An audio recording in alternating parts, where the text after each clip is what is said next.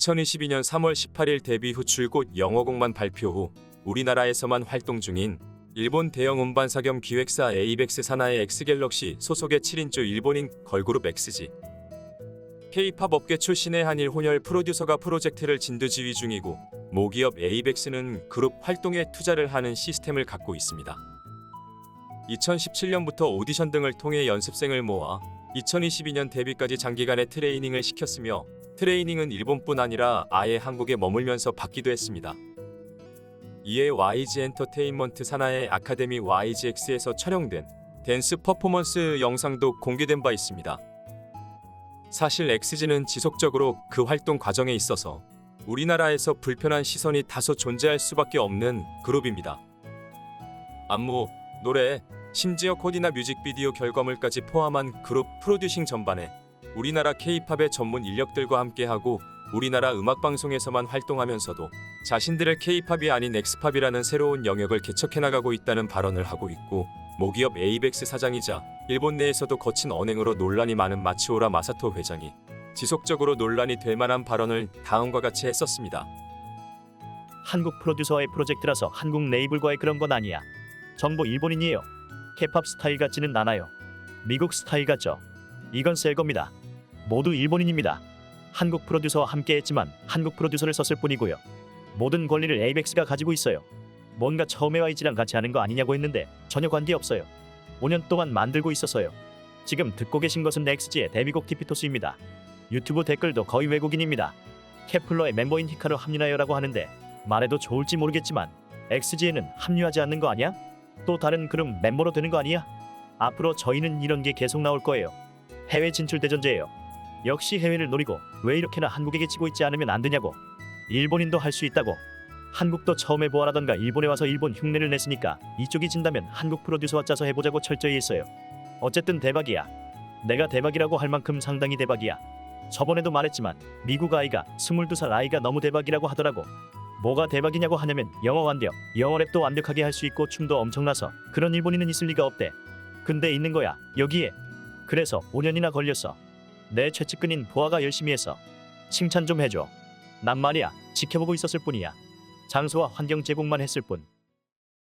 마츠오라 사장은 2021년 방송된 엠넷의 걸스플래닛 오디션 방송을 통해 결성된 걸그룹 케플러의 멤버 에자키 히카루가 엑스지의 연습생 출신이라는 점 때문에 2년 6개월간의 케플러 활동 후 엑스지에 히카루가 합류하냐는 질문에는 새 걸그룹을 언급했습니다.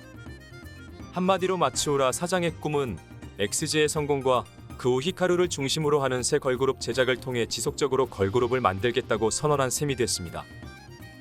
전 세계적으로 피지컬 음반, 그러니까 CD 등의 매체로 출시되는 음반 시장 규모의 축소를 감안하더라도 에이벡스는 자본금 45억엔, 하나로 450억 원, 그리고 1,409명의 직원을 거느린 일본의 대형 음반사 겸 연예기획사였습니다. 그러나 팬데믹으로 각종 공연 사업 등이 중단되면서 본사 사옥을 하나로 약 7천억 원에 매각하고 이 건물에 임차하는 식으로 급전 마련에 들어갔습니다.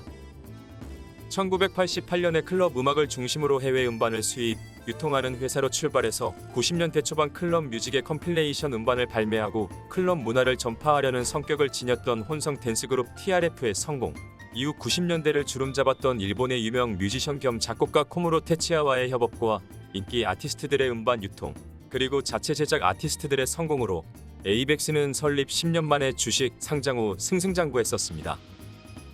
에이벡스의 강점은 브랜딩이었습니다.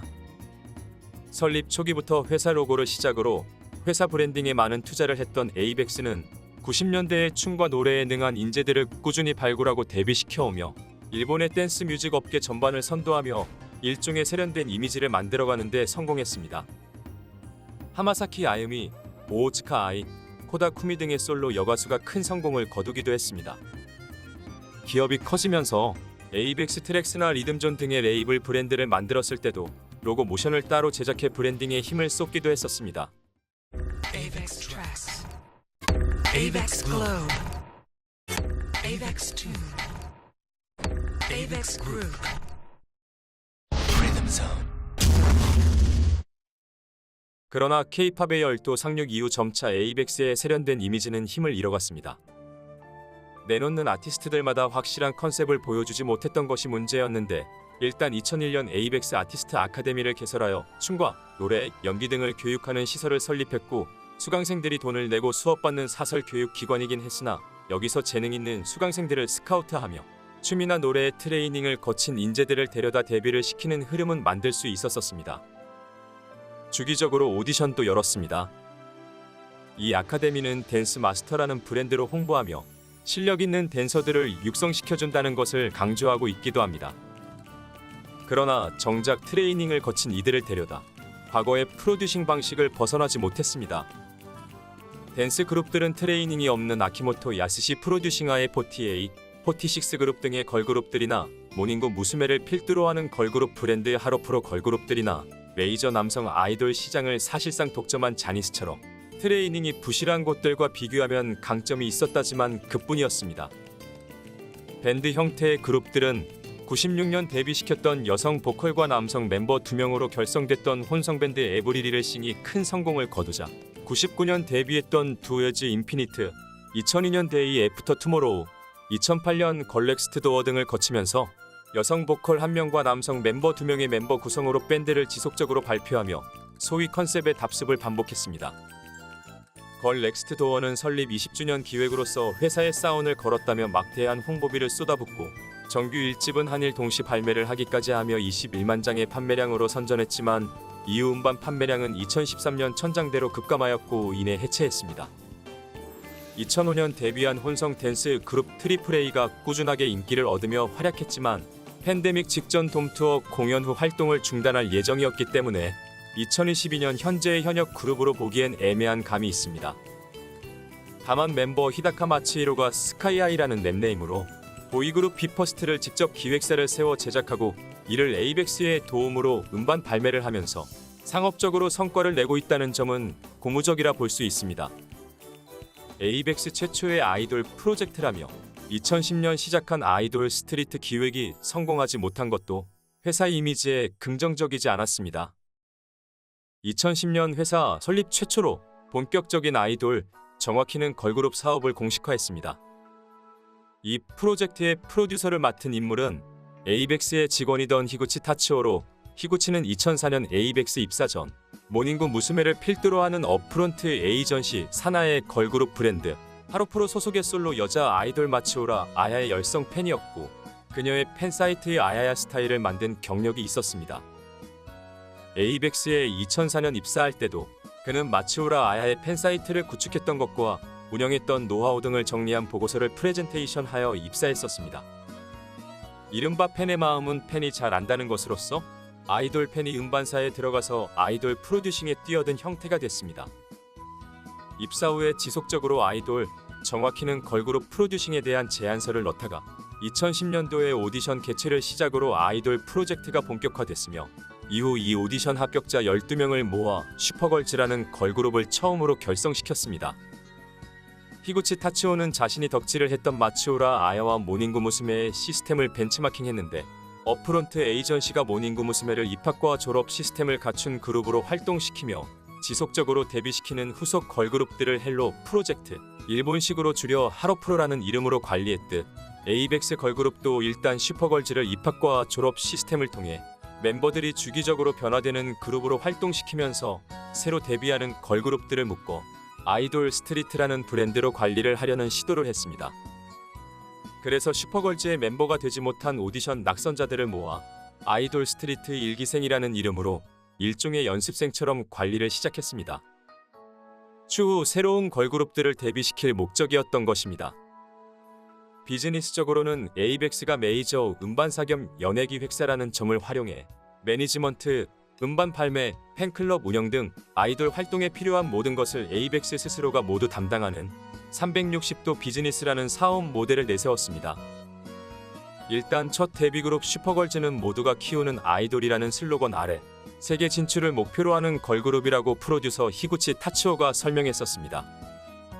세계 진출이라는 거창한 슬로건을 앞세운 기획은 찾아보기 힘들었지만 모두가 키우는 아이돌이라는 슬로건으로 시작된 기획은 있었습니다. 그룹 시스템은 싱글과 그룹의 굿즈 상품을 구입하면 포인트 적립을 가능하게 하여 포인트를 휴대폰으로 접속 가능한 전용 사이트에서 좋아하는 멤버들에게 사용하게끔 하는 식으로 육성 시스템을 도입했던 것입니다. 음반 중복 구매를 유도하는 상술로서 음반 판매량이 5에서 6만 장대를 유지하는 등 꽤 효과를 봤지만 멤버들의 졸업이 발생하는 등 시스템 운영이 어려워지자 2014년 제2장이라는 이름으로 새 멤버를 충원하는 과정에서 포인트를 통한 육성 시스템은 전면 중단됐습니다. 2010년 슈퍼걸즈 데뷔 이후 2012년 2월 19일 걸그룹 치키 퍼레이드를 데뷔시켰고 2014년 걸그룹 잼을 데뷔시키고 2015년 3월 29일에 걸그룹 와스타를 데뷔시키며 프로젝트 발족 6년여 만에 4개의 걸그룹과 연습생들을 거느린 걸그룹 브랜드로 규모를 확장시켰습니다. 슈퍼걸즈가 그간 활동해온 일본의 여타 그룹들과 유사한 아이돌 컨셉을 내세웠다면 두 번째로 데뷔시킨 치키 퍼레이드는 황당한 망상이나 주장을 주위를 향해 퍼뜨리며 돌출 행동을 하는 사람들을 뜻하는 일본식 표현인 전파계라는 장르에서 영향을 받은 컨셉을 내세웠습니다. 그러나 두 그룹 다 준수한 가창력을 선보이기도 하는 등 그나마 트레이닝에 투자를 해온 에이벡스 걸그룹이라는 강점이 있긴 했으나 그룹 이미지 자체를 봤을 때는 에이벡스가 과거 구축해온 소위 실력파 이미지와는 거리가 먼 프로듀싱 기조를 보였습니다. 이를 의식했는지 2013년 프리 데뷔를 거쳐 2014년 데뷔한 잼은 일본에서 소위 댄스 앤드 보컬이라 부르는 실력파 걸그룹 노선을 내세웠습니다. 그러나 보컬과 춤 실력은 일본 내수 시장 걸그룹들과 비교하면 분명히 실력이 있는 그룹이었지만 이미 K-팝 아이돌이 열도에서 인기를 얻기 시작한 시점이라는 점을 생각하면 그 실력적인 강점이 K-팝 아이돌과 비교하면 여전히 아쉬운 부분이 많았기 때문에 부각될 수가 없었습니다. 멤버들의 탈퇴 등이 이어지다 원찬스라는 팀으로 개편하여 재데뷔가 이뤄졌으나 반등에 실패하여 2020년 10월 공식 해체했습니다. 월드 스탠다드라는 뜻을 줄여 만든 걸그룹 와스타는 일본에서 귀엽다는 이미지를 뜻하는 단어 카와이를 컨셉으로 삼아 카와이 이미지를 세계에 전파한다는 컨셉으로 슈퍼걸즈와 함께 현재까지도 아이돌 스트리트 브랜드로 활동을 이어가는 유일한 그룹 중 하나로 남았습니다.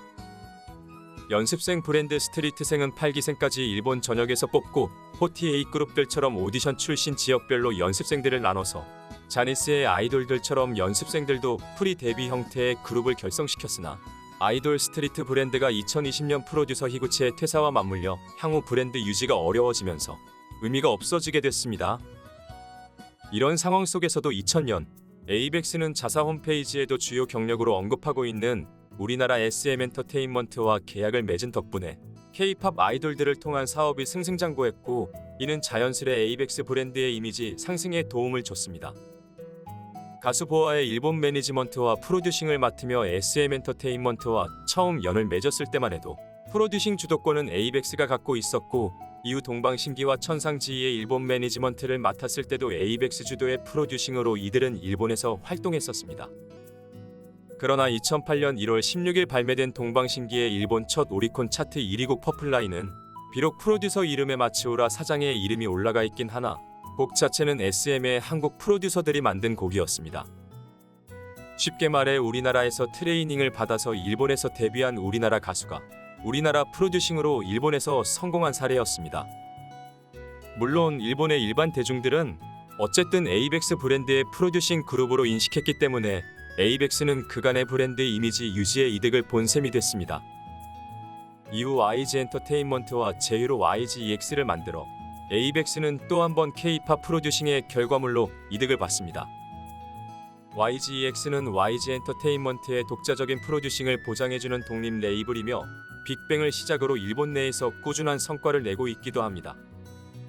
결국 그간의 매니지먼트 사업부는 온갖 프로젝트들이 다 엉성한 결과물에 막대한 자본만 들어간 상태로 실패하는 와중에 K-팝의 프로듀싱 결과물인 아티스트들만 매니지먼트의 실질적인 성과가 크게 나오고 또 일본 내에서 활동 중인 다른 K-팝 그룹들에게도 비교당하는 상황에서 에이벡스는 하나부터 10까지 K-팝 프로듀싱을 받아서 그룹을 만들고 영어곡만 발표해 K-팝 음악 방송에서만 활동시키며 해외에서의 성과를 내고자 합니다. 그리고 엑스제의 후속 그룹까지 계속 같은 방식으로 데뷔시키겠다고 선언했습니다. 회사의 그간 쌓아온 브랜드 이미지를 다시 재건하기 위해서 엑스팝이라는 새로운 장르라는 마케팅도 앞세웠습니다. 마츠우라 사장은 이미 엑스지가 K-팝과 연관성이 없는 순수 자사 아티스트라며 라이브 방송에서 강조했습니다. K-팝 업계 전문가들에게 모든 걸 맡겼고 그 결과물로 해외 활동을 시킬 거지만 성공을 거둘 경우 모든 결과물은 에이벡스의 결과물로 포장하겠다는 야심을 내비친 것입니다. 물론 과거 에이벡스가 보여온 모습을 생각하면 상업적으로 큰 성공을 거두지 못할 경우엔 조용하게 해체 수순을 밟게 할 수도 있습니다. 그리고 또 다른 기획으로 또 사원을 걸었다며 다시 막대한 투자가 이뤄질 것입니다. 전 세계적인 음반 시장 축소와 더불어서 클럽 음악과 댄스 그룹들로 회사 초석을 다져온 에이벡스 입장에서 댄스 그룹 매니지먼트는 포기하기 힘든 어찌 보면 회사 아이덴티티로서 지켜내야 하는 것일 수 있습니다. 엑스지를 시작으로 K-팝의 프로듀싱을 받아 K-팝 업계에서 영어곡으로 해외 진출을 시도하고 성공하면 모든 결과물은 에이벡스가 새롭게 만든 엑스팝 장르의 성공으로 자화자찬하고 만약 실패하면 다시 프로젝트가 발빠르게 중단되고 새로운 프로젝트를 선보일 것으로 예측되는 에이벡스. 이들의 엑스팝 유니버스는 바램대로 성공할 수 있을까요?